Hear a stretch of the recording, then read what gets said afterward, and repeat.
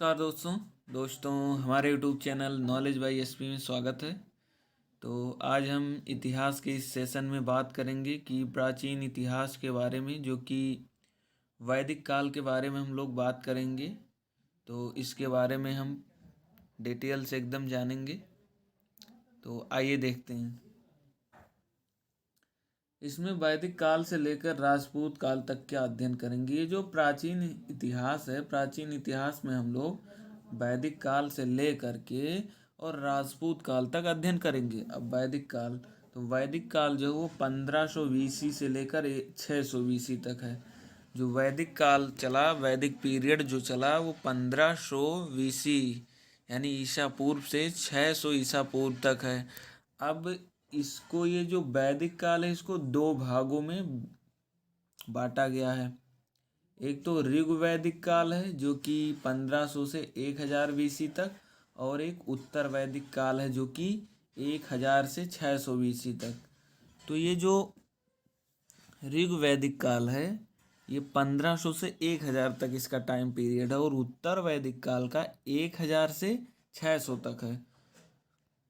अब देखते हैं कि वैदिक समाज के निर्माता किसको माना गया। तो जो वैदिक समाज है, वैदिक समाज के निर्माता आर्य थे।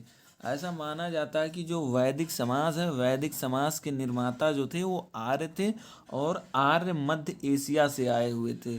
मध्य एशिया या एशिया माइनर से आए हुए थे, और भारत में सप्त सिंधु प्रदेश। अब सप्त सिंधु प्रदेश का मतलब 7 नदियों का प्रदेश, और 7 नदियों का जो प्रदेश है वो पंजाब हरियाणा को कहा जाता था। तो जो आर्य हैं, आर्यों की अब भाषा के बारे में बात करते हैं। तो आर्यों की भाषा जो है वो संस्कृत थी। आर्य लोग संस्कृत जानते थे। आर्यों की भाषा संस्कृत थी, जो देवताओं की भाषा थी। अच्छा, अब कॉमन इसमें क्या था कि देवताओं की भी भाषा संस्कृत थी और आर्यों की भी भाषा संस्कृत थी। जिस कारण आर्य जो थे उनको सर्वश्रेष्ठ, वो स्वयं को, अपने आप को संस्कृत जानने की वजह से अपने आप को सर्वश्रेष्ठ समझते थे, और सर्वश्रेष्ठ समझते थे। जिन्हें संस्कृत नहीं आती थी, अर्थात भारत के मूल निवासियों को अनार्य कहा जाता था। वो जो भारत के मूल निवासी थे उनको संस्कृत नहीं आती थी, उनको अनार्य या निम्न कहा जाता था। तो आर्य बेसिकली जो है वो मध्य एशिया से आए हुए थे, और सप्त सिंधु प्रदेश में बसे आकर। और सप्त सिंधु मतलब 7 नदियों का प्रदेश है। और आर्यों की जो भाषा थी वो संस्कृत थी, देवताओं की भाषा संस्कृत थी, और इसीलिए आर्य लोग अपने आप को, स्वयं को सर्वश्रेष्ठ मानते थे।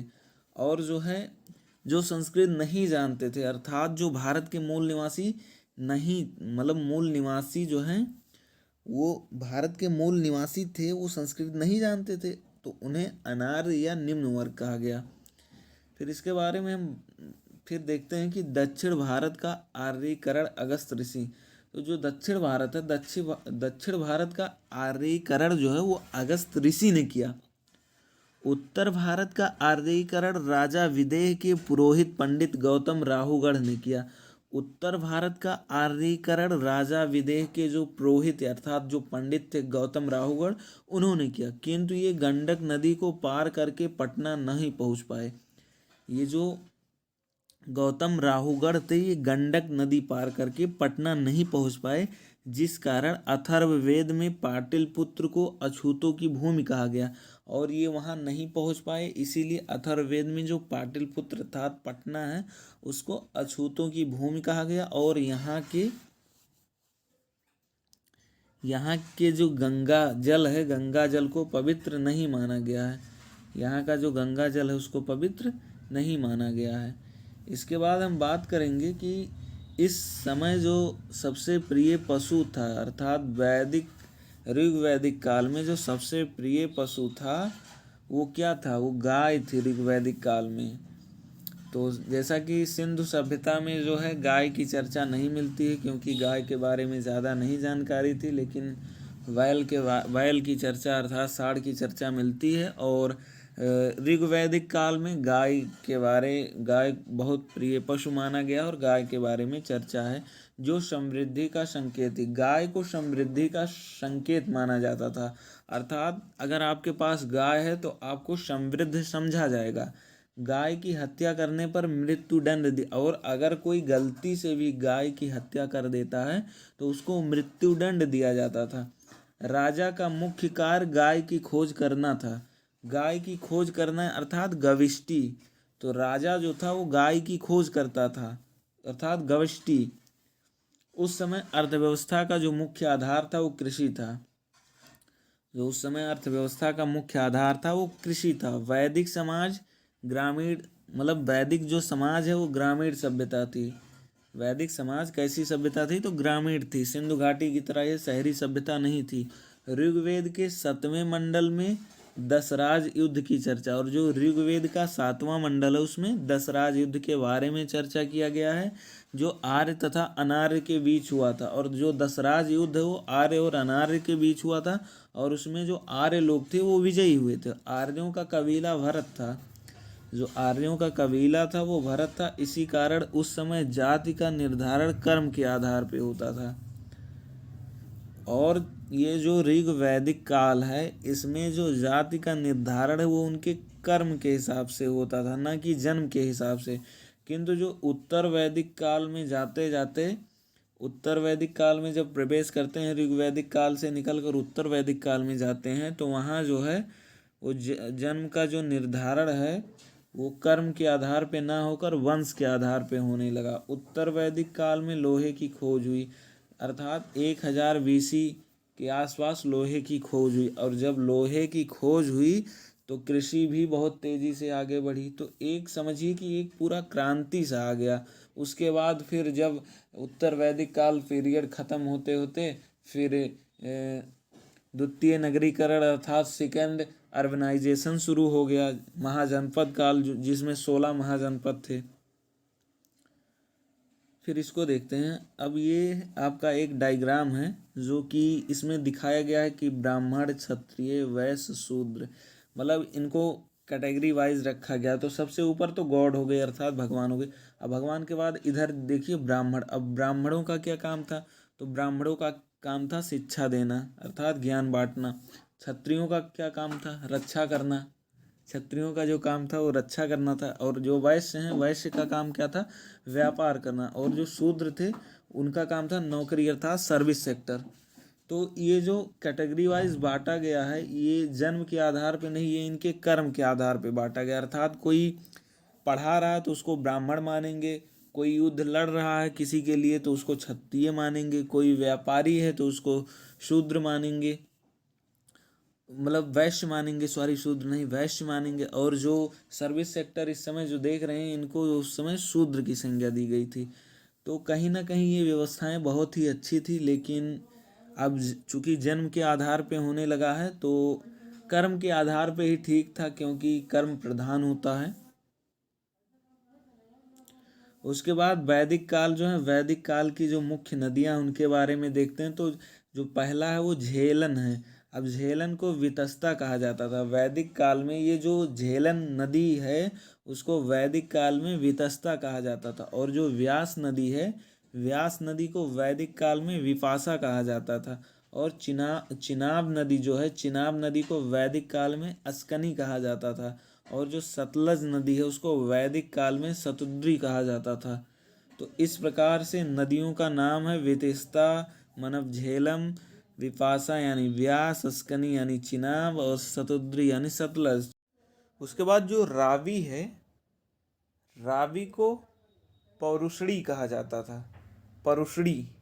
फिर जो गंडक है, गंडक को सदानीरा, सरस्वती को घग्घर, और सिंधु को सिंध। तो ये नदियां हैं। और नदियों, ये जो नदियां इनका वैदिक काल में ये जो नाम है वो दिया गया है। तो जैसे रावी को पौरुषणी, गंडक को सदानीरा, सरस्वती को घग्घर, सिंधु को सिंध, सिंधु को सिंध। इसके बाद हम वैदिक साहित्य में सर्वाधिक चर्चा सिंधु नदी। अब जो वैदिक साहित्य है, वैदिक साहित्य में सबसे ज़्यादा चर्चा सिंधु नदी की है, क्योंकि यह सबसे महत्वपूर्ण नदी है और सबसे ज़्यादा चर्चा सिंधु नदी की मिली है। फिर वैदिक काल के देवता। अब वैदिक काल के देवता कौन कौन से उनके बारे में देखते हैं। तो वैदिक काल के जो इम्पोर्टेंट देवता हैं वो हैं इंद्र हैं, अग्नि हैं, वरुण हैं, सोम हैं, मारुत हैं और रौद्र हैं। तो इंद्र के बारे में सबसे पहले देखते हैं। तो इंद्र जो है यह सबसे महत्वपूर्ण थे। इंद्र सबसे महत्वपूर्ण क्यों है? क्योंकि सबसे ज़्यादा चर्चा इन्हीं की हुई है। इंद्र की चर्चा 250 बार हुई है वैदिक काल में। इन्हें युद्ध तथा वर्षा का देवता कहते हैं। इंद्र को युद्ध और वर्षा का देवता कहते हैं और इन्हें पुरंदर भी कहते हैं। उसके बाद अग्नि है। अग्नि, इसकी चर्चा 200 बार हुई है वैदिक काल में। वायु, वायु की चर्चा हुई है।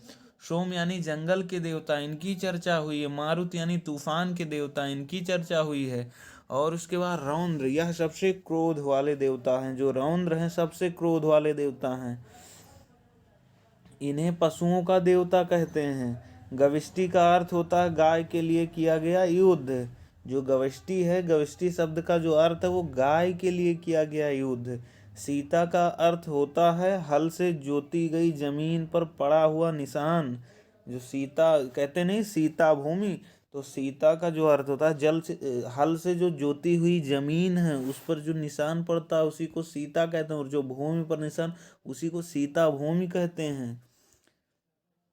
इसके बाद वैदिक काल की सामाजिक व्यवस्था क्या है उसके बारे में देखते हैं। तो वैदिक काल की सामाजिक व्यवस्था, इस समय सबसे बड़ा पद राजा का होता था। वैदिक काल में सबसे बड़ा पद राजा का होता था जिसे जनता चुनती थी। और राजा को उस समय कौन चुनता था? जनता चुनती थी, अर्थात लोकतंत्र था उस समय। राजा किसी भी निर्णय को लेने से पहले विभिन्न समितियों में बैठकर इसकी चर्चा करता था। अर्थात इस समय जब निर्णय लेने से पहले जैसे लोकसभा और राज्यसभा में बैठकर चर्चाएं होती हैं, वैसे उस समय भी चर्चाएं राजा बैठकर समितियों के साथ करता था। फिर वैदिक काल में 3 प्रमुख संगठन थी। वैदिक काल की जो प्रमुख 3 संगठन थी उसके बारे में देखते हैं। पहला है सभा, दूसरा है समिति और तीसरा है विदय। सभा, समिति, विदय, ये वैदिक काल की 3 प्रमुख समितियां हैं। उसके बाद सभा, यह निम्न यानी साधारण लोगों का संगठन था। उसकी चर्चा 8, सभा की जो चर्चा है वो वैदिक काल में 8 बार हुई है। और यह निम्न लोगों अर्थात साधारण लोगों का जो है संगठन था सभा। फिर जो समिति है यह उच्च वर्ग के लोगों, समिति उच्च वर्ग के लोगों का संगठन था और सभा साधारण वर्ग के लोगों का संगठन था। और समिति की जो चर्चा है 9 बार हुई है वैदिक काल में। वैदिक काल में समिति की चर्चा 9 बार हुई है। विदय, यह सबसे महत्वपूर्ण संगठन था। जो विदय है, विदय सबसे महत्वपूर्ण संगठन था। इसकी जो चर्चा है 122 बार हुई है। सबसे ज्यादा चर्चा विदय की हुई है, 122 बार। नोट, सभा तथा विदय में भाग लेने की अनुमति महिलाओं को भी थी। देखिए उस समय व्यवस्थाएं कितनी अच्छी थी। महिलाओं की भी बराबर का सम्मान दिया जाता था। अर्थात महिलाओं को भी सभा और विदय में बैठने की अनुमति थी। जैसे आज लोकसभा और राज्यसभा में महिलाओं के लिए स्पेशल सीट आरक्षित किया गया है कि इतने से कम नहीं हो सकती हैं, उनको बराबर का सम्मान मिलना चाहिए, वो कम नहीं है पुरुषों से।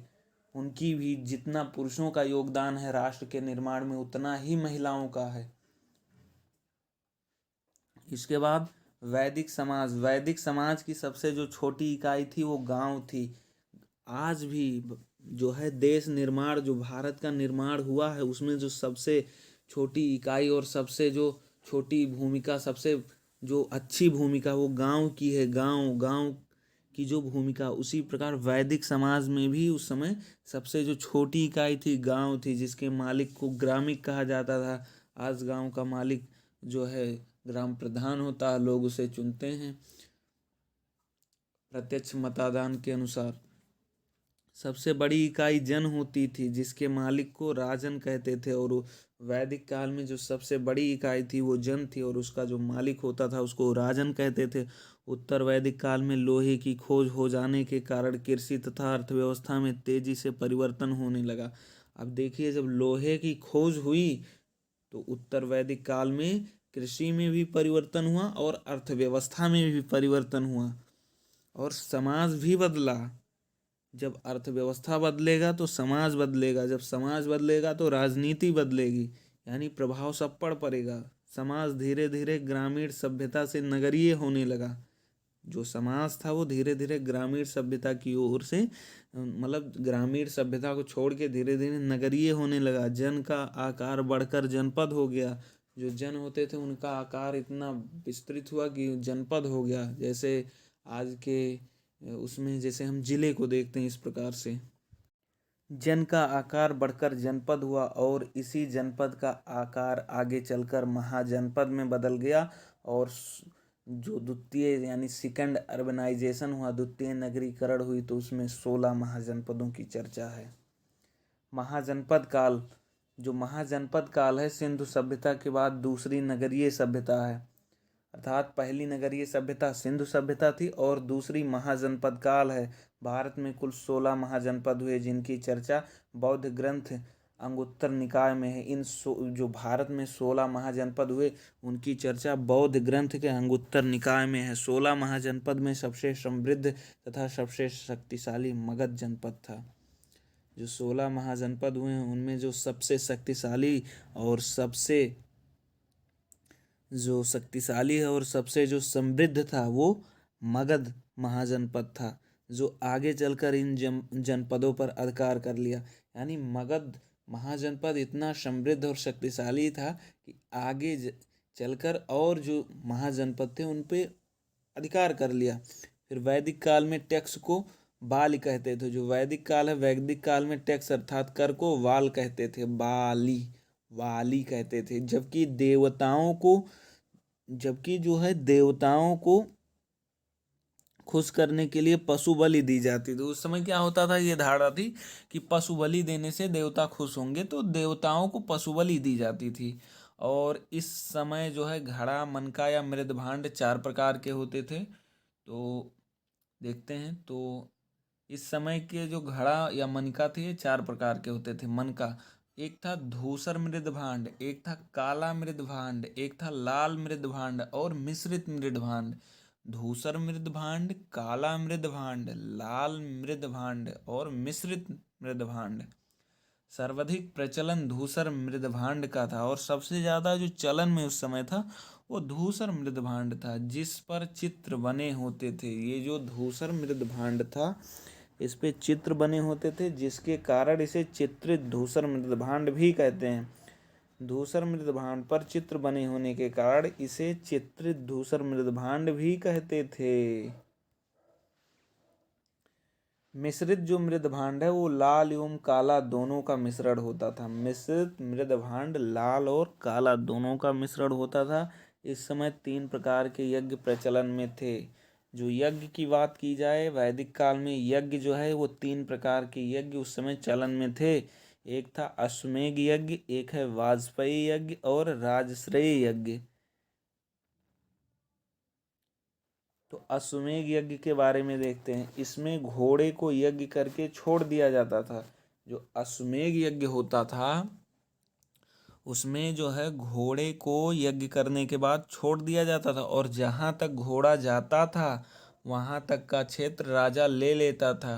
घोड़े को रोकने वाले व्यक्ति राजा से युद्ध करते थे। श्री रामचंद्र जी जो थे वो भी अश्वमेध यज्ञ किए थे और अपना घोड़ा छोड़ दिए थे, तो उनके घोड़े को उन्हीं के पुत्र लव और कुश ने रोक लिया था।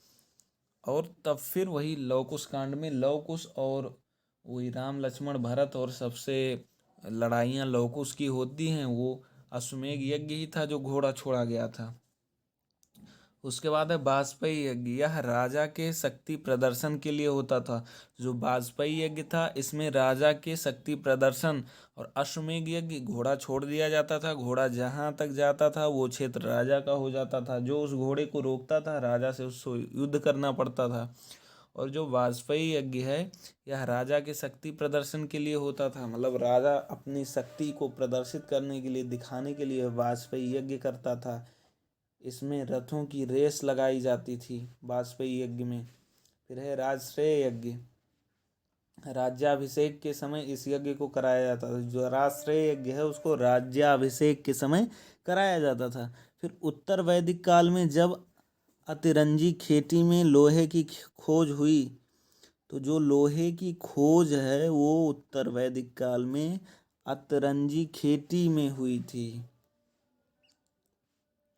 और जब लोहे की खोज हुई तो उत्तर वैदिक काल में अर्थव्यवस्था, पशुपालन और कृषि ये सब बहुत तेजी से आगे बढ़े। उत्तर वैदिक काल में षष्ठ दर्शन दिए गए हैं। तो जो उत्तर वैदिक नहीं, जो वैदिक काल है, वैदिक काल में षष्ठ दर्शन दिए गए हैं। अब उनके बारे में हम देखते हैं ये षष्ठ दर्शन है क्या। तो पहला है सांख्य दर्शन, फिर न्याय दर्शन, योग दर्शन, वैशेषिक दर्शन, फिर है उत्तर मीमांसा और पूर्व मीमांसा। तो जो सांख्य दर्शन है, सांख्य दर्शन के ज्ञाता कपिल मुनि थे, न्याय दर्शन के गौतम थे, योग दर्शन के पतंजलि थे, वैशेषिक दर्शन के कणाद थे, उत्तर मीमांसा के बादरायण थे और पूर्व मीमांसा के जैमिनी थे। नोट, गौतम बुद्ध के अधिकतर उपदेश सांख्य दर्शन से लिए गए हैं। जो गौतम बुद्ध का अधिकतर उपदेश है वो कहाँ से लिया गया है, वो सांख्य दर्शन से लिया गया है। के बाद हम देखते हैं कि सिंधु सभ्यता तथा वैदिक सभ्यता में अंतर क्या थी। क्या अंतर थी बेसिकली सिंधु सभ्यता और वैदिक सभ्यता।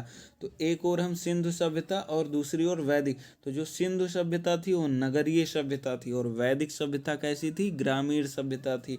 सिंधु सभ्यता मातृसत्तात्मक थी, माता को प्राथमिकता दी जाती थी, लेकिन वैदिक सभ्यता पितृसत्तात्मक थी, अर्थात पिता को प्राथमिकता दी जाती थी। सिंधु सभ्यता का प्रमुख पशु बैल था और जो वैदिक सभ्यता है उसका प्रमुख पशु गाय है।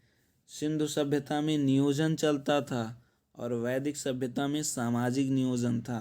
सिंधु सभ्यता युद्ध से परिचित, यानी सिंधु सभ्यता में रहने वाले लोग युद्ध से परिचित नहीं थे, लेकिन जो वैदिक सभ्यता के लोग थे ये युद्ध से परिचित थे, क्योंकि ये गायों के लिए युद्ध करते थे। सिंधु सभ्यता में कांसे की खोज हुई और वैदिक सभ्यता में लोहे की खोज हुई। सिंधु सभ्यता में कांसे की खोज और वैदिक सभ्यता में लोहे की खोज। सिंधु सभ्यता का मुख्य आधार कृषि प्लस व्यापार था और वैदिक सभ्यता का मुख्य आधार कृषि प्लस पशुपालन था। सिंधु सभ्यता में शिव तथा मातृदेवी की पूजा होती थी और वैदिक सभ्यता में इंद्र देवता की पूजा होती थी। तो ये बेसिकली छोटी छोटी अंतर थी। ये सिंधु सभ्यता नगरीय अर्थात शहरी सभ्यता थी, वैदिक ग्रामीण सभ्यता थी।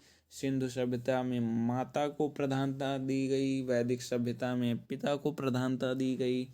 सिंधु सभ्यता का प्रमुख पशु बैल था, वैदिक का प्रमुख पशु गाय था। इसमें नियोजन था, उसमें सामाजिक नियोजन था। सिंधु सभ्यता वाले युद्ध से परिचित नहीं थे, वैदिक सभ्यता वाले युद्ध से परिचित थे, क्योंकि ये गायों के लिए युद्ध करते थे, जिसे गवष्टि कहा गया।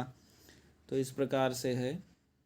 तो आशा करते हैं वीडियो आपको अच्छा लगा होगा और समझ में आया होगा। अगर आपको कहीं भी समझ में ना आया हो तो आप हमसे पूछ सकते हैं, कमेंट करके पूछ सकते हैं, या हमारे इंस्टाग्राम आईडी पे जाकर वहाँ से पूछ सकते हैं मैसेज करके।